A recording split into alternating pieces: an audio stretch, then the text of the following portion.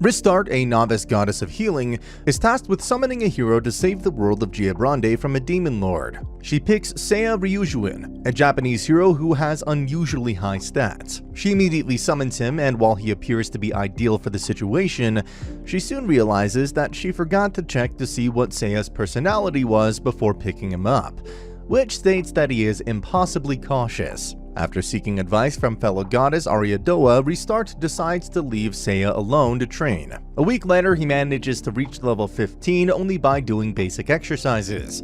When they finally travel to Giabrande, Seiya tries to buy multiple sets of armor and other items.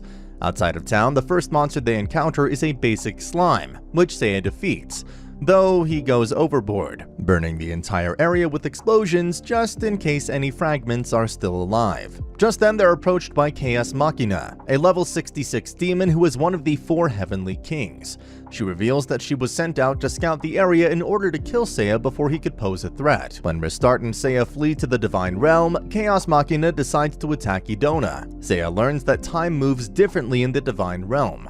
2 days later, Rista receives a message from Chaos Machina demanding that they return, or she'll execute one resident every 10 minutes. Seiya is unconcerned as 10 minutes on Giabrande is roughly 16 hours in the Divine Realm. When he is finally ready, Rista is shocked to learn that he has reached level 21. They return to Giabrande where Chaos Machina realizes all Seiya's stats are higher than hers, so she transforms into her true form. When Seiya survives, it's revealed that he's been using the Fake Out skill the whole time to hide his true level, which is actually level 37. Seiya then destroys Chaos Machina, which earns him and Rista the town's admiration. However, concerned that Chaos Machina might regenerate, Seiya blankets her charred remains with explosions. In the process, Idona is also destroyed, and the formerly thankful mayor of Idona now tearfully begs them to leave. When Rista and Seiya return to the Divine Realm, Rista wonders how the situation with Seiya is going to work out. Seiya realizes that his level increase has started to slow down. Ariadoa suggests he train with a god, so Rista introduces him to the divine blade god, Cerseus. As the days go by, Rista notices that Cerseus is becoming depressed and even losing weight. On the 4th day of training, she finds Cerseus hiding as Seiya has already surpassed him, but still refuses to let him take a break. Cerseus is now so terrified that when Seiya finally catches him, he throws his sword into the ocean, but Seiya simply drags him away. Meanwhile, Rista learns from Ishtar that in response to Chaos Machina's death, the Demon Lord plans on sending the demon Death Magla and an undead army to the Sound of Samul, where there are 2 warriors Ishtar has foreseen will be their allies. Seiya takes Rista to Samul, where they meet Mash and Ilulu, 2 dragonkin descendants at a church. Seiya reveals that Father Marth is an undead in disguise and defeats him without even drawing his sword. He then thoroughly destroys his body with explosions. In the process, he also destroys the church. Afterwards, he bluntly tells Mash and Ilulu that he doesn't need them. Outside the destroyed church, Seiya explains to Mash and Ilulu the reason why he doesn't need them. Just then, they are confronted by a group of knights who ask for help. Seiya agrees under the condition that he receives payment. When Seiya and Rista arrive in the area where the undead army is, Seiya uses the Meteor Strike skill twice to wipe them out. In Samul, Ilulu tells Rista that she has not seen Mash in 2 days. Heading to Seiya's room, Rista learns that Seiya uses the Synthesis skill to synthesize a powerful sword. Via a 2-way viewing mirror, Death Magla reveals to them that he has kidnapped and tortured Mash. Just as he's about to kill him, Seiya uses the Dimension Blade skill to cut off Death Magla's hand through the mirror. After receiving Death Magla's physical location, they arrive there. During the fight, Death Magla summons Dark Furus. A confident Death Magla taunts Seiya by revealing what Dark Furus's weaknesses are. Seiya explains that he created different magic bracelets that allow him to use magic attributes he has not trained with. After he defeats Dark Furus, he returns his attention to a stunned Death Magla. In Samul, Seiya tells Mash and Ilulu that they will be his baggage carriers. Seiya then offers to take Seiya to the Dragon's Den, but Seiya wants to head to the Divine Realm first. There, Seiya has Mash train with Cerseus, while Rista has Ilulu train with Hestaika, the goddess of fire. Afterwards, Rista accidentally bumps into Valkyrie, the goddess of destruction. Noticing how powerful she is, Seiya tells Valkyrie to train him. Valkyrie angrily confronts him until Eridora stops her. She then arranges for him to train with Adenella, the goddess of war. After 3 days of training, Mash has improved, while Ilulu's training has mostly failed due to her having no affinity for flame magic. As the party is about to leave, Adenella asks Seiya if she can come with him. Seiya bluntly rejects her offer. When they finally arrive at Dragon Village, they are met by Lagos, who escorts them to see Lavier, the great mother of dragons. Mash shows Lavier how to transform into a dragon. When Ilulu asks Lavier to show her how to transform as well, Lavier tells her that she's to become the mighty weapon Ixazion instead. Lavier explains to the party about a legend that states that the Demon Lord can be defeated using Ixazion, which can only be forged when a female dragonkin of human appearance offers her life. When Mash protests, Lavier reveals that the Demon Lord's forces control 70% of Ghiabrande. Lavier then offers everyone a feast prior to conducting the Sacred Sword ceremony. Later that night, Ristart, Seiya, and Mash are enjoying the feast. When Ilulu has second thoughts, Seiya saves her. Lavier reveals that she anticipated this might happen, so she laced their food with a paralytic. However, Seiya counters that he only pretended to eat, explaining why the drug did not work on him. Seiya decides to confront Lavier. When she refuses to lift Ilulu's curse, Seiya fights Lavier head-on. It appears that she is winning until she notices that she's about to fall into the abyss. Feigning her surrender, Lavier attempts to kill Seiya. However, he manages to defeat her.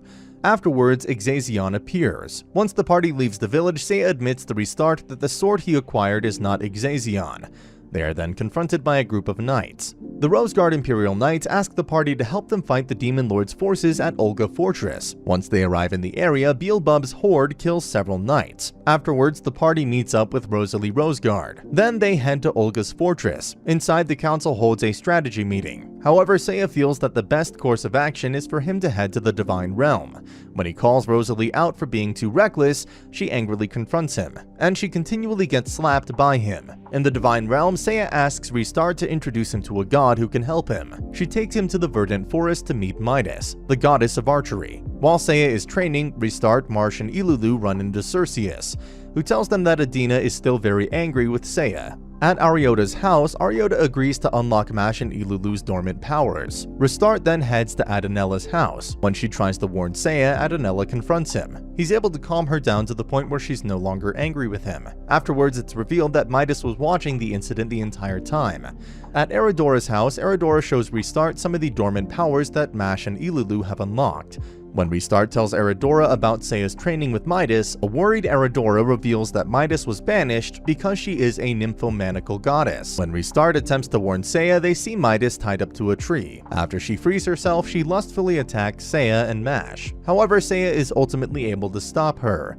The party then heads to Olga Fortress, where they learn that Rosalie left. Arriving at Beelzebub's lair, they see him capture Rosalie. Just as he's about to drop her, Ristart distracts him long enough for Seiya to shoot an arrow at him. Once Rosalie is rescued, Beelzebub turns his attention to Seiya. When he attempts to attack Seiya, he gets killed. After Beelzebub's horde is dealt with, Rosalie reluctantly tells Seiya about a legendary suit of armor in a shrine near the village of Izael. When the party arrives there, they find the village in ruins. They are then confronted by Kilkapol, one of the 4 heavenly kings, who reveals that he destroyed the armor so Seiya could not use it. Kilkapol admits to the party that he knows he's not powerful enough, so he's going to exchange his life to invoke the greatest of summoning magic. Once he does, the Reaper, Crowsday Thanatos, is summoned. Seiya has Ristart send the party to the Divine Realm. When they arrive there, Seiya reveals that he has a plan. On the temple roof, Valkyrie is painting when Crowsday Thanatos destroys her piece. After a while, she uses her ultimate skill, Gate of Valhalla,